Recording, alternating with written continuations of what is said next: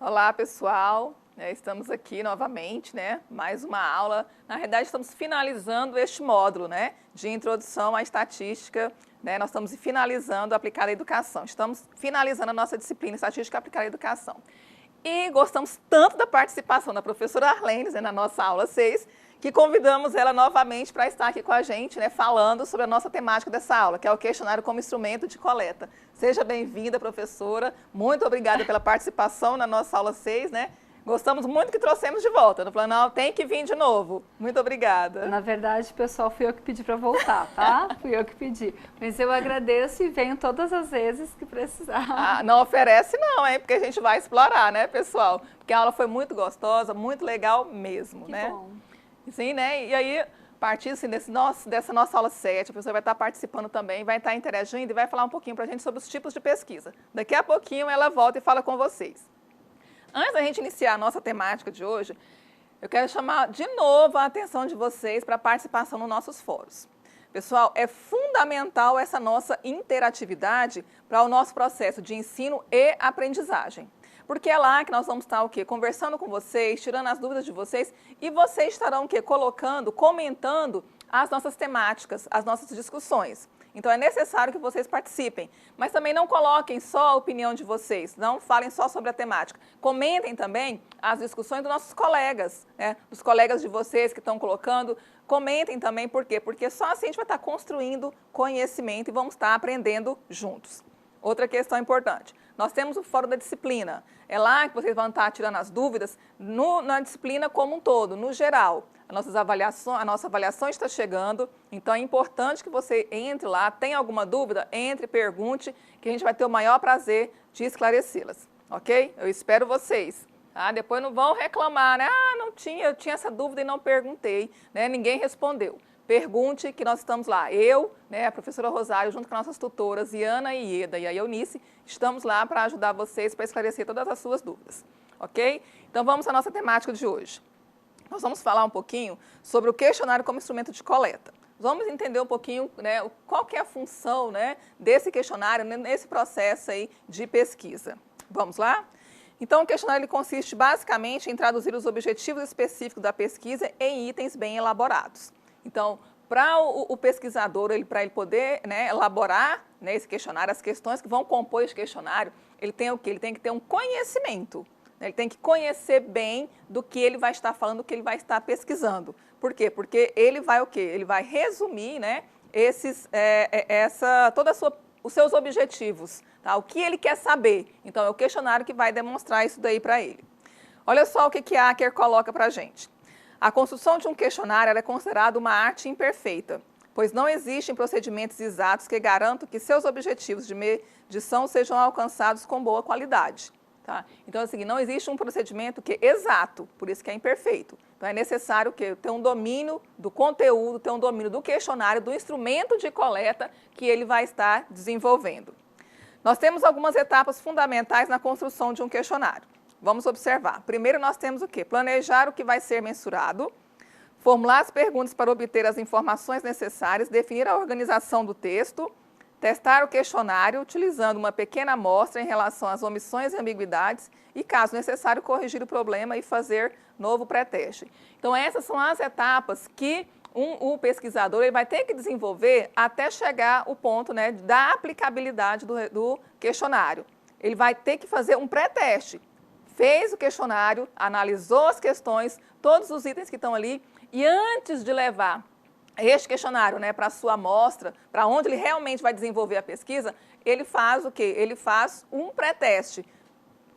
Seleciona algumas pessoas, quem vai ser, as pessoas que vão participar da sua pesquisa, e essas pessoas vão realmente responder esse questionário. Para poder o quê? Que é o que chama pré-teste, porque se houver algum problema, ele vai estar sendo o quê? Ele vai estar sendo corrigido ali. Agora nós vamos falar, pessoal, sobre os tipos de pesquisa.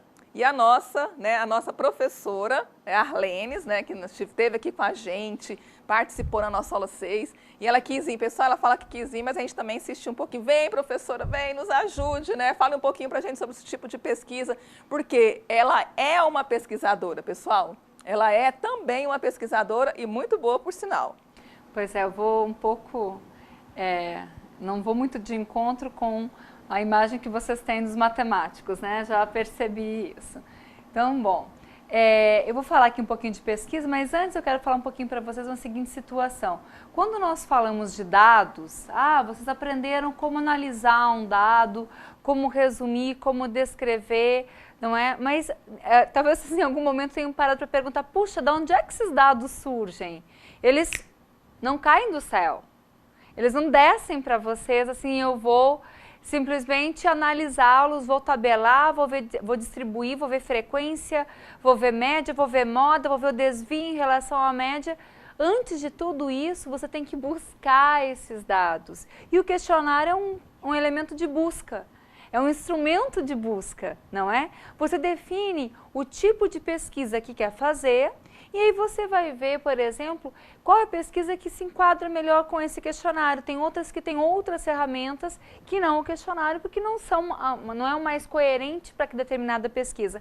Aqui, por exemplo, são tratadas conforme os objetivos, pesquisas do tipo exploratórias, que vão explorar um determinado dado, uma determinada situação, um determinado conceito, descritivas ou explicativas, não é? E as fontes de coleta dos dados podem ser o campo, que é o mais normal, né, gente?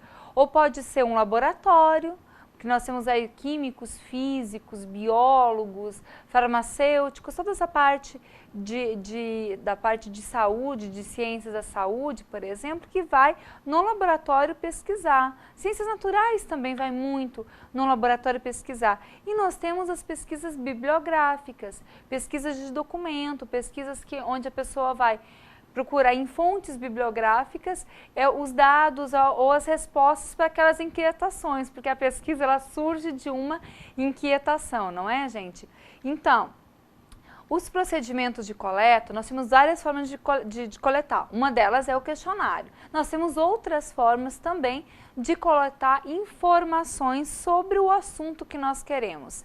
Aqui são tratados os grupos focais, já falo para vocês dele, um estudo de caso, uma pesquisação, entrevistas e os questionários. Vou rapidamente falar para vocês o que é um grupo focal e vou colocar uma experiência minha. Eu fiz durante uma das pesquisas um grupo focal entre professores de matemática e alunos de matemática sobre um determinado tema que era a aplicação de jogos na escola. O que o professor pensava, como ele planejava, porque o objetivo do professor não necessariamente é o objetivo do aluno no momento daquela atividade, não é? Nós que somos professores sabemos disso. Então, como o professor planejou, organizou e executou aquela atividade com os jogos e como o aluno viu isso. E eu coloquei todos eles numa mesa redonda para discutir. Então, eram 2 professores e 5, 6 alunos. E eu tive a grande preocupação de gravar a fala deles para depois poder transcrever e analisar cuidadosamente sozinho o que ele quis dizer, baseado no que ele quis dizer. Eu não tive nesse momento a preocupação de filmar e isso me deu um trabalho grande, porque depois eu não sabia qual aluno tinha falado. Eu tinha gravado a fala deles, mas eu não tinha filmado. Fica de aprendizado. Gravem a fala dos alunos e dos professores, nesse caso, para vocês poderem transcrever o que foi falado, mas se preocupem também em filmar, porque na filmagem você pega caretas que os alunos fazem durante a fala de alguma coisa que você pode interpretar que ele não gostou, ou ele gostou muito porque ele sorri, o olho brilha quando ele fala da atividade. Essa é uma experiência minha com o grupo focal. Bom, o estudo de caso eu fiz também, eu queria estudar como era a pesquisa no curso de matemática. Então eu fui fazer um estudo de caso com a minha turma de graduação. Os resultados não foram muito bons, porque o povo não era muito ligado em pesquisa, não gostava muito da pesquisa. É um estudo de caso porque eu restringi. Eu pesquisei a minha turma de graduação e a pesquisa dentro dessa turma de graduação em matemática. Pesquisação eu ainda não realizei, mas calma que eu vou chegar, eu tenho intenção de doutorado ainda. fiz muitas entrevistas e utilizei alguns questionários abertos para deixar eles mais à vontade, para poderem falar, alguns questionários fechados em algum momento em que eu queria saber se ele concordava ou discordava. Então você fecha, pergunta apenas se concorda ou discorda. Se você quiser saber por quê, abre e pede para justificar, para melhor explicar. Eu acho que fica interessante porque você vê o posicionamento do outro lado do questionário fechado, não deixa você fazer isso. Bom, e aí vamos falar um pouquinho aqui das populações e da amostra. Lembra que na aula passada eu falei para vocês, olha, vamos comparar com população o censo. Lembra na aula 6? Quem assistiu a aula 6 lembra? Pois é, eu falei assim, compara a população com o censo. O que vai acontecer? Você vai pesquisar todos. É ótimo. A gente costuma dizer que essa pesquisa de todos, ela é uma pesquisa que não tem erro processual. O erro processual dele é 0, certo? Porque você perguntou para todo mundo. Porém, tem algumas outras desvantagens, como eu disse para vocês, vem desatualizado, às vezes os dados chegam para a gente, eles são revelados para a gente 1 ano depois, então sofre desatualização, é cara pra caramba para fazer para todo mundo. O que a gente pode fazer então? Uma amostra, pega uma pequena parte, não é? E vamos analisar o que a gente quer nessa pequena parte e generalizar para o todo.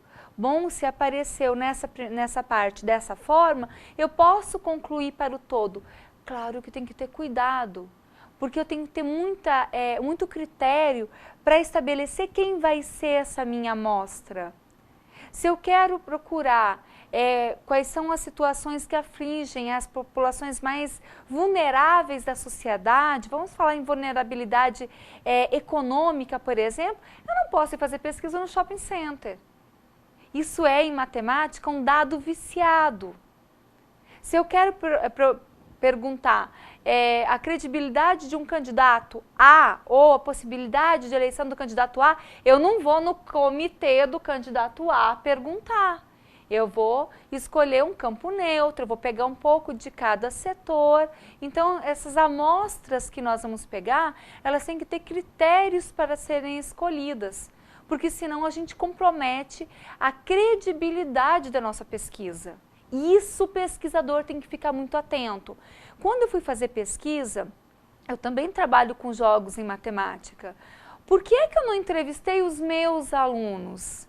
Por que eu não perguntei o que os meus alunos acham quando eu trabalho com jogos? Ou se eles aprendem, se eles não aprendem? Porque eu tive medo de comprometer a resposta deles. Porque ele pode ficar pensando, se eu não disser que foi legal, ela vai me ferrar, né? Me atrapalhar na prova. Então, eu sabendo disso, eu não posso ir a campo fazer isso daí, porque já está comprometida a minha pesquisa. O que eu fiz então? Fui para uma escola onde ninguém me conhece, peguei professores que não me conhecem, alunos que não me conhecem, e assim esses dados vêm para a gente de uma forma mais verdadeira, certo aí?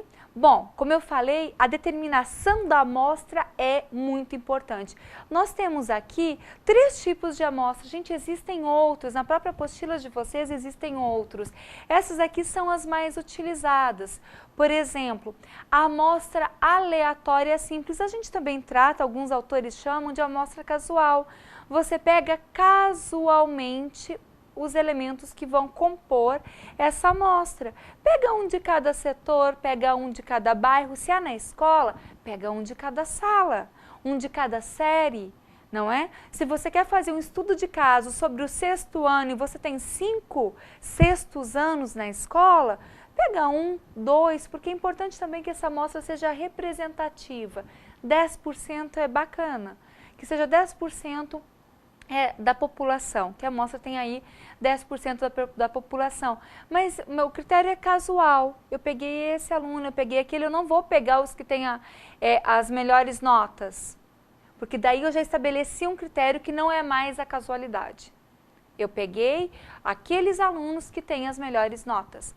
É uma amostra aleatória estratificada, com S e é um extrato, é um subgrupo e eu vou criar um critério para pesquisar. Por exemplo, eu tenho que pegar aí uma amostra eu tenho uma população de 100 pessoas e eu vou entrevistar aí 50 delas, não é? Como eu vou entrevistar essas 50?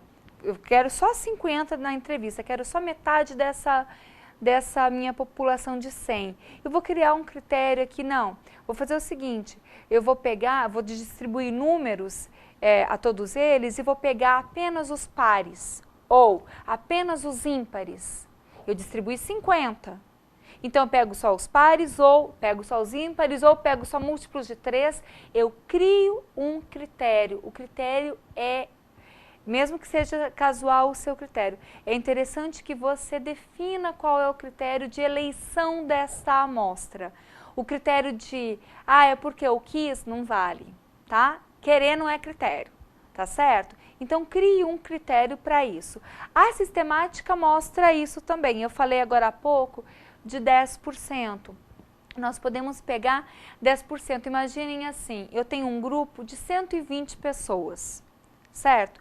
Nesse grupo de 120 pessoas, nós temos 70 mulheres e 50 homens. 50 com 70, 120. E eu digo, olha, eu vou pegar 10% de cada grupo. 10%. Lá no grupo de 70, eu peguei 7. Lá no grupo de 50, eu peguei 5. Pronto, defini meu critério, 10% de cada grupo. Eu achei que estava de bom tamanho, achei que era uma amostra representativa, achei que 10% de cada grupo atendia o que eu queria. São esses os meus critérios e é isso que vale na minha pesquisa. Importante na determinação da amostra é essa questão dos critérios de vocês, tá? A validação dos dados, gente, tem muito a ver com a escolha dos critérios para vocês fazerem a amostra. Como eu falei, se o cara quer saber se o candidato A tem possibilidade ou não de se eleger, ele não vai dentro do comitê eleitoral do candidato A perguntar, porque daí esse dado não é válido. Essa pesquisa já é comprometida, o dado é chamado viciado, não é como aqueles dados daqueles jogos de parques de diversões que a gente quase nunca ganha brinquedo naquilo lá, porque eles são viciados. Às vezes eles colocam que se você tirar uma face maior do que 5 no dado, 5 ou mais, você ganha. Mas o dado dele só tem 4, não é? Ele tem um dado de 6 faces, mas a numeração só vai até 4. Aí a gente nunca ganha naquilo lá, né? É um dado viciado, é um dado comprometido, certo? Aí cuidem para que isso não aconteça com vocês. E erros de registro, gente, muito cuidado. Então, se você vai lá coletar, vai analisar, cuida para transportar esses dados corretamente para a tabela, para que as outras medidas que são decorrentes desse dado não fiquem comprometidas também. Cuida para passar direitinho lá na tabela a quantidade certinha do que aconteceu, de quantos responderam, certo? Isso aí que eu tinha para falar, professora. Obrigada, professora Arlenes. Pessoal, né, foi uma aula maravilhosa, muito obrigado mesmo, contribuiu muito, né, para que a gente entendesse um pouquinho mais, né, o questionário como instrumento de coleta. Muito obrigada, falou um pouquinho da sua experiência, né, e parabéns, né, porque eu conheço, né, ela enquanto pesquisadora, conheço os resultados das suas, né, pesquisas, muito legal, muito interessante. Pessoal, né, até mais, participem dos nossos fóruns, que a nossa prova está chegando, dúvidas, estaremos lá para esclarecê-las. Tudo de bom para vocês e até a próxima. Tchau.